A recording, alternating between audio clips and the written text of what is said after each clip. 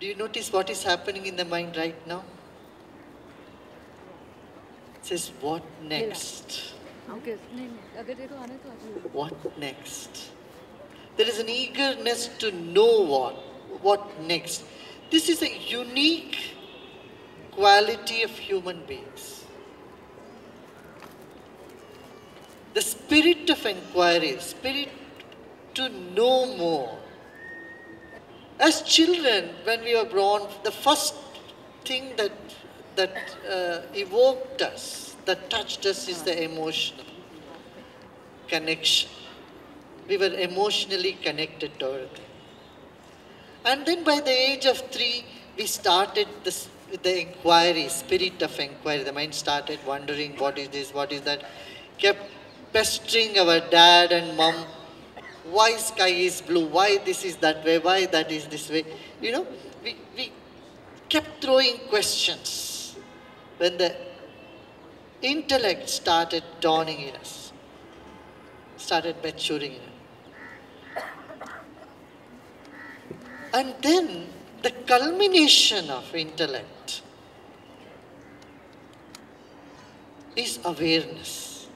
Is to be aware, or what you can call the mindfulness, a meditative state.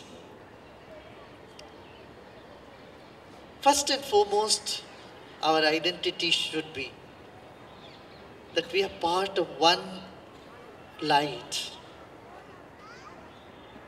one living being. The second identity, we are part of human beings. We are human beings, second. The third could be I am male and female. The fourth should be I belong to this country or that country. Fifth could be I belong to this religion or that religion or that religion. But when this identity gets reversed, first and foremost I identify with the religion or with the language or with the nationality. That gives rise to the blindness that is the cause for all the human catastrophes. We need to create that atmosphere of togetherness, of belongingness. What do you say? Do you agree with me? Yeah? See, a boy or girl goes to school with 50, 60 students. You ask them how many friends you have. You ask any high school boy or girl, how many friends you have in your classroom. They'll count and figure 2, 3, 4, 5. I have a question to them. Hey, come on. If you can't be friendly with 50 kids, how can you be friendly with 7 billion people when you come out of this school?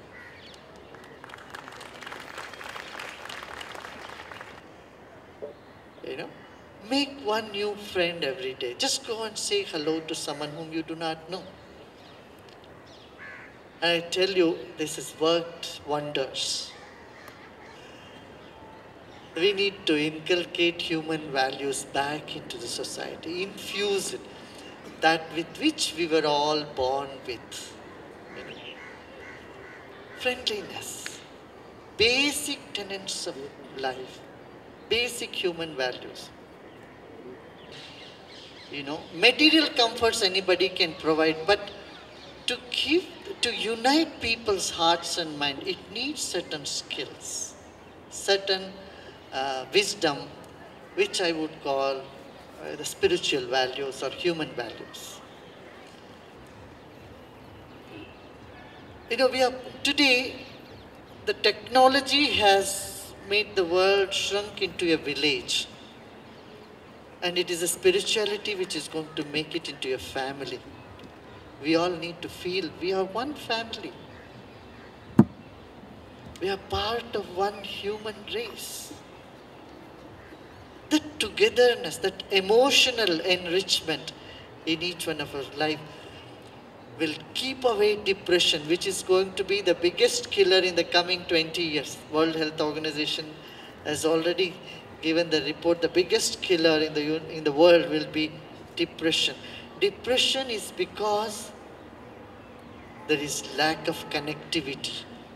There is lack of emotional connection. You know, living a dry life just with formalities leads into depression. A baby smiles for 400 times a day. I'm not saying this is a statistical research that has been found out. An adolescent smiles only 17 times. An adult doesn't smile at all, it seems. Not so often.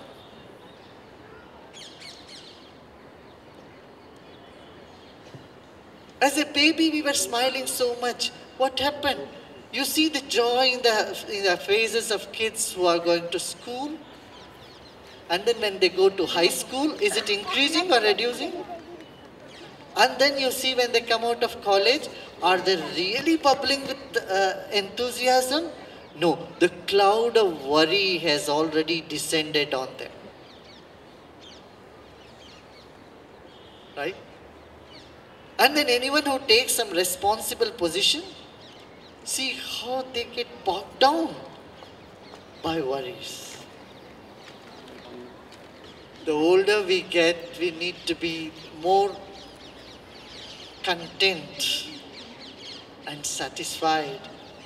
At the same time, be very dynamic.